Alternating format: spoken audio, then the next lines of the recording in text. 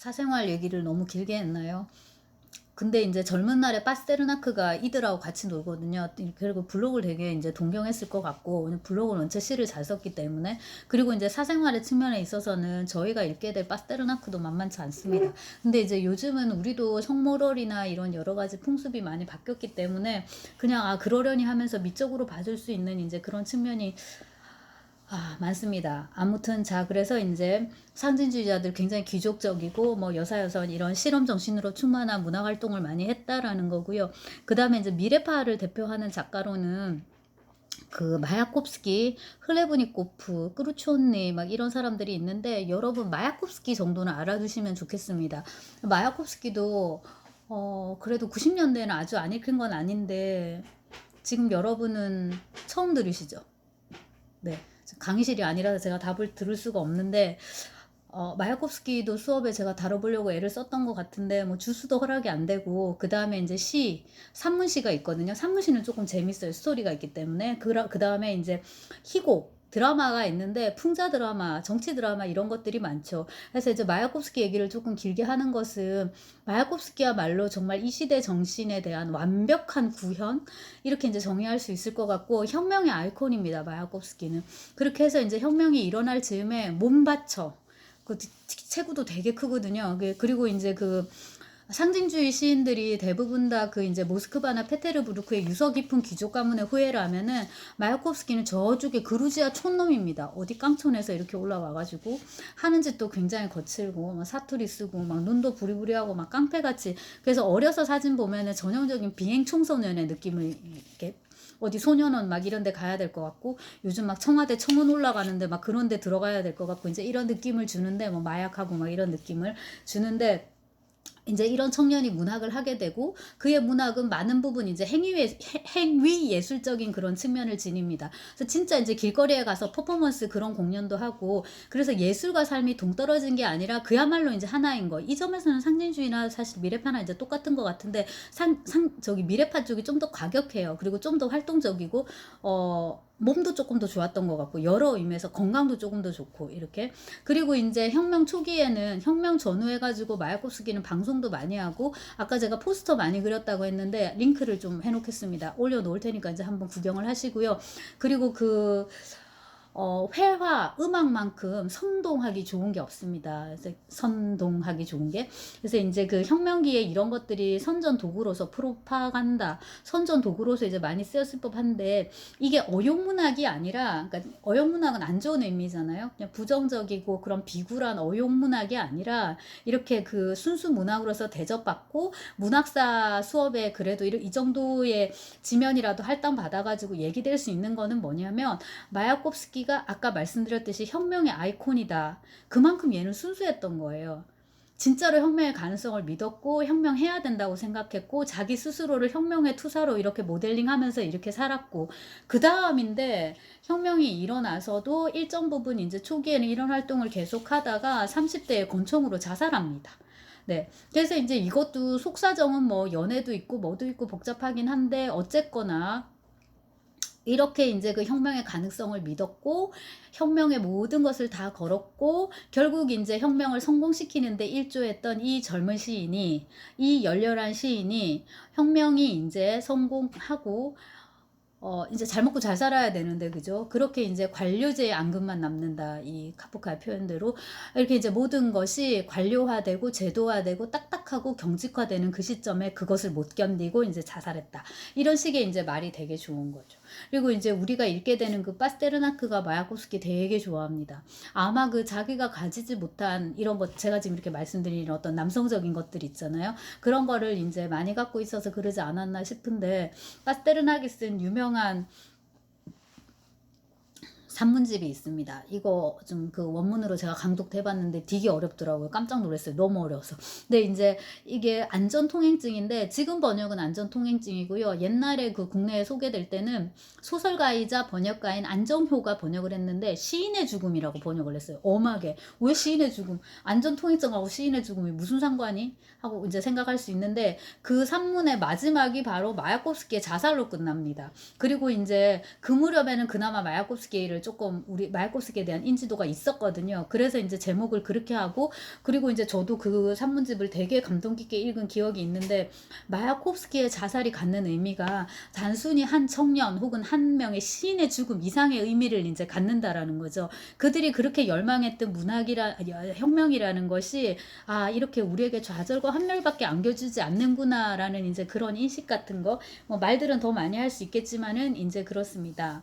자, 요게 이제 대략 세기 말 1910년대 이제 문학인데, 이 사람들이 죽지 않으니까 이제 계속 쓴단 말이에요. 쓰는데 또 한번 끊어가지고 이제 20년대 문학을 이제 살펴보는데, 요거는 34년에 딱 끊깁니다. 왜 34년에 딱 끊기냐면, 1934년에 작가회의에서, 작가동맹에서 이제 회의를 하는데 2차 무슨 회의인가 이런 걸 합니다. 그러면서 지금부터 네 마음대로 쓰지 마. 우리가 원칙을 줄게. 우리의 원칙에 따라서 이거에 맞게 안 쓰면 다 그냥 아웃이야. 그 원칙이 뭐냐면 바로 사회주의 리얼리즘입니다.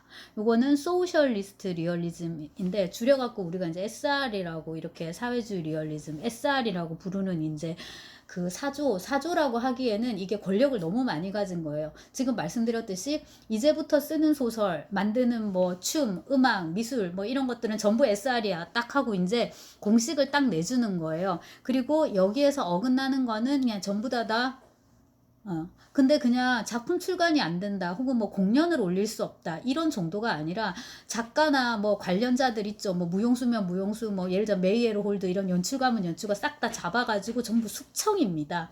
그래서 이제 1934년 이후 이건 이제 스탈린 통치가 본격화될 때의 얘긴데, 이 경우에 이제 문학이나 예술은 완전히 다른 코드에서 이제 접근을 해야 된다는 거고요. 요거는 우리가 솔제니친 이번 학기에 불가코프를 하지 않기 때문에, 불가코프 솔제니친 이제 요 두 작가가 대표적인 이제 그 스탈린 치하의 문학의 모습을 보여주는데, 그때 조금 더 자세히 얘기를 하도록 하고, 요 스탈린의 암흑이 오기 전까지 1920년대, 주로 20년대인데, 이때 러시아 문학이 가장 아름답다라기보다는 이제 혼돈의 시대인데, 이게 이제 좋은 거죠. 예술의 입장에서는 이것저것 니네들 하고 싶은 거 한번 다 해봐, 이런 실험 저런 실험 한번 다 해봐, 뭐가 되는지 보자, 이거거든요. 그래서 이 20년대 문학에 보면은 이렇다 할 대가는 없는데, 잡스럽다, 이거 다양한 작가, 다양한 작품들이 많습니다. 여러분 이름 한번 듣고 흘리시죠. 필략, 자мя찐, 플라토노프, 올레샤, 조셴코, 하름스 등등 이제 많은 작가들이 여러 실험을 하게 되고요. 그 다음에 그 문해사조에 있어서 형식주의라고 여러분 들어보셨을지 모르겠는데, 제가 저 뒤에 책이 있긴 한데 너무 위에 꽂혀 있고 여러분한테 별로 중요하진 않을 것 같은데, 이제 이론 공부를 할 때는 반드시 짚고 넘어가야 되는 것 중에 하나입니다. 근데 이제 그 러시아 형식주의가 대두된 것이 이 1920년대입니다. 여러 가지 다양한 소설이 이제 쓰이다 보니까 이론적으로도 이러저러한 이제 탐구를 많이 하게 되고, 기존의 그 내용 미학, 주제 미학, 이제 내용 이야기인데요. 주제라든지 이데올로기라든지 뭐 사상이라든지 이런 지금까지 많이 강조되어 온 내용 이야기 있잖아요. 이거에 맞서는, 혹은 뭐 보완하는 이라고 해도 될 것 같아요. 그런 식의 이제 형식 미학에 중점을 두는 그런 이제 일종의 그 지적인 흐름들이 나타나게 됩니다. 그래서 그 빅토르 슈클롭스키라는 유명한 이론가, 형식주의 대표자가 있는데, 그 사람이 이제 쓴 논문이 기법으로서의 예술입니다. 그 논문 자체가 그렇게 막 재미있고 막 그렇진 않거든요. 근데 이제 어떤 징후적인 그런 이제 논문인 거죠. 그 다음에 이제 에이엔바움 이런 사람이 고골의 외투는 어떻게 만들어졌는가 이런 논문을 쓰는데, 지금까지는 고골의 외투를 전부 다 내용 미학의 측면에서 봤단 말이에요. 주제가 어떻다느니, 휴머니즘이 어떻다느니, 환상적인 부분이 조금 애매하다느니 이러는데, 이제 에이엔바움은 거의 100% 문체적인 이제 접근을 하게 됩니다. 근데 지금까지 아무도 이렇게 접근하지 않았기 때문에 의미심장한 게 있고, 그 다음에 아무도 하지 않았는데 지 혼자 하다가 이렇게 뻘짓 취급을 받으면 아무 의미가 없지만은, 아무도 하지 않은 일을 처음으로 시도했고 많은 사람들이 그것에 손을 들어주게 됩니다. 맞아 잘하고 있어, 네 말도 맞는 것 같아. 그래가지고 이제 이 1920년대에 나온 이 러시아 형식주의가 미국으로 건너가가지고 이제 신비평이라든지, 그 다음에 이제 구조주의하고 같이 맞물리고 해가지고 현대 비평의 중요한 한 흐름으로 이제 자리를 잡게 되고요. 그 다음에 이제 그 이 무렵에 나온 소설들, 아까 제가 말씀드린 그런 작가들인데요. 필리악이라든가. 근데 지금 아무도 안 읽어요, 여러분. 그래서 저도 참 힘이 빠지는데 우리는 수업 시간에 이거 다 읽었거든요. 저는 기말 보고서도 썼었고 물론 그렇습니다. 삘리학의 벌거벗은 해. 이때 해는 반짝반짝 해가 아니라 뭐 경자년 새해가 밝았습니다 할 때 그 해입니다. 그다 이제 그러니까 혁명의 그 시기를 말하는 건데요. 소설이 굉장히 파편적이고 모자이크 같은 이제 그런 느낌을 주고 굉장히 태폐적이고 근데 이제 그 형식 자체가 그 시대상을 그대로 반영한다라는 의의가 있죠. 네, 한때는 되게 좋아했었는데 그 다음에 이제 자매찐 이런 작가는 우리라는 이제 소설이 있는데 이게 전형적인 조지 오웰풍의 디스토피아 소설입니다.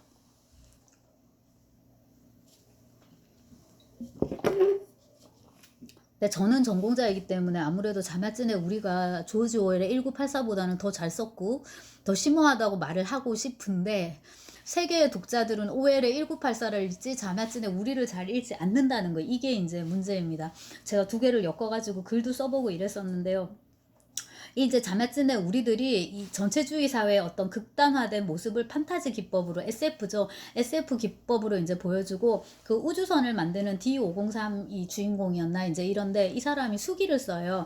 그래서 그 형식 자체는 도스옙스키의 지하로부터의 수기입니다. 그리고 실제로 도스옙스키의 지하로부터의 수기에서 얘기되는 이성에 맞서는 인간의 본능, 인간의 욕망, 자유의지 이런 걸 찬미하잖아요. 지하로부터의 수기에서. 근데 이 우리들도 마찬가지입니다. D503이 이제 궁극으로 추구하는 건 이제 그건데 D503이 누구랑 붙어가지고 결국은 혁명을 이렇게 하려고 하다가 마지막에 다 잡혀요. 그래가지고 종속으로 들어가거든요. 이제 그게 고문기구 같은 이런 건데 혹은 이제 그 여러분 뻐꾸기 등주위로 날아간 새 이런 영화 내지는 소설 아시는지 모르겠는데 잡아다가 로보토미 수술을 시킵니다. 그러니까 뇌의 전두엽 어딘가를 잘라내면은 사람이 굉장히 평온해져요. 대신 이제 바보가 되는 거죠.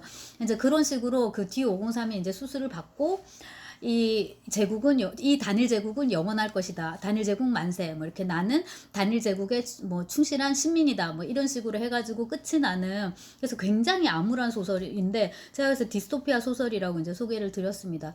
이것도 교양 수업에 한번 해봤는데 여러분들이 재밌어 하기를 바랐는데 차라리 1984를 더 좋아한다는 거죠, 이제. 그렇고, 그 다음에 이제 다른 작품이 없는 거예요. 그러니까 이제 모름지기 한 나라 또 한 시대를 이렇게 대표하는 작가로 남으려면은 그래도 좀 작품이 여러 개가 돼야 되는데 그래서 이제 도스옙스키, 톨스토이, 체홉 이제 이런 작가들을 우리가 얘기를 하는 거죠. 근데 이제 자매찐 또 그런 게 조금 부족하기도 하고 그리고 이제 최근에 각광받는 작가로 플라토노프 이런 작가가 있습니다. 그래서 요것도 되게 아이러니인데 우리는 학부 시절에 플라토노프를 읽지 않았습니다. 번역된 것도 없었고요. 어디 전집에 끼이지도 않는 작가였어요. 근데 굉장히 아이러니인데 죽고 나서 완전히 새로 이제 조명을 받고 제가 유학 갔다 오고 나서 한 몇 년 지나자 플라토노프가 국내 그러니까 자기 나라 러시아에서도 연구가 많이 되고 그 다음에 이제 서양에서도 연구가 많이 되고 그리고 이제 전공자들이 많으니까 번역이 많이 나옵니다. 요 몇 년 사이에 번역이 되게 많이 됐거든요. 그러면서 이제 연구자들도 이렇게 많이 읽고 번역도 많이 됐고 하다 보니까 강의에서도 또 많이 쓰고 이제 이렇게 하게 되는데 이 플라토노프의 핵심은 뭐냐면 이 사람은 반체제 작가가 아니에요. 이 사람은 진짜로 사회주의자예요. 뼛속까지 사회주의자인데 사회주의자이긴 한데 유토피아적 사회주의 이상을 추구하는 그런 사회주의자인 거예요. 그러니까 현실 사회주의에는 또 너무 안 맞는 거예요. 이것도 되게 아이러니인 거예요. 그래서 이제 플라토노프 소설을 읽으면 굉장히 오묘하고 철학적인 그런 이제 느낌을 받게 됩니다. 근데 이것도 안 돼요. 사회주의 리얼리즘은 알아먹기 쉬워야 되거든요. 사유가 너무 많으면 안 돼요. 생각을 너무 많이 해갖고 직장에서 잘립니다. 그 플라토노프 소설 어디에 이제 나오는데 근데 또 전체적인 느낌을 보면은 사회주의 공식을 또 따르고 있다는 거죠. 그래서 제가 이제 대학원 수업이나 이런 데서는 또 전공하겠다는 학생도 있고 해가지고 좀 다루고 있고 이렇게 하는데 학부에선 건너뛰고 그 다음에 이제 반체제 작가 대표적인 반체제 작가가 이제 불가코프인데 거장과 마르가리타 우리 때는 되게 헐렁한 번역으로 읽었었는데 지금은 번역이 여기저기 되게 많이 나와 있습니다. 그럼에도 불구하고 중요한 건 별로 안 읽힌다는 거예요. 되게 재미있고 좋은 소설인데 세계문학에 이제 이런 소설은 널렸기 때문에 또 이게 학생들을 불가코프로 끌어들인다는 게 이제 쉽지가 않고 이번 학기에는 파스테르나크의 닥터 지바고에 이제 밀려버렸습니다. 많은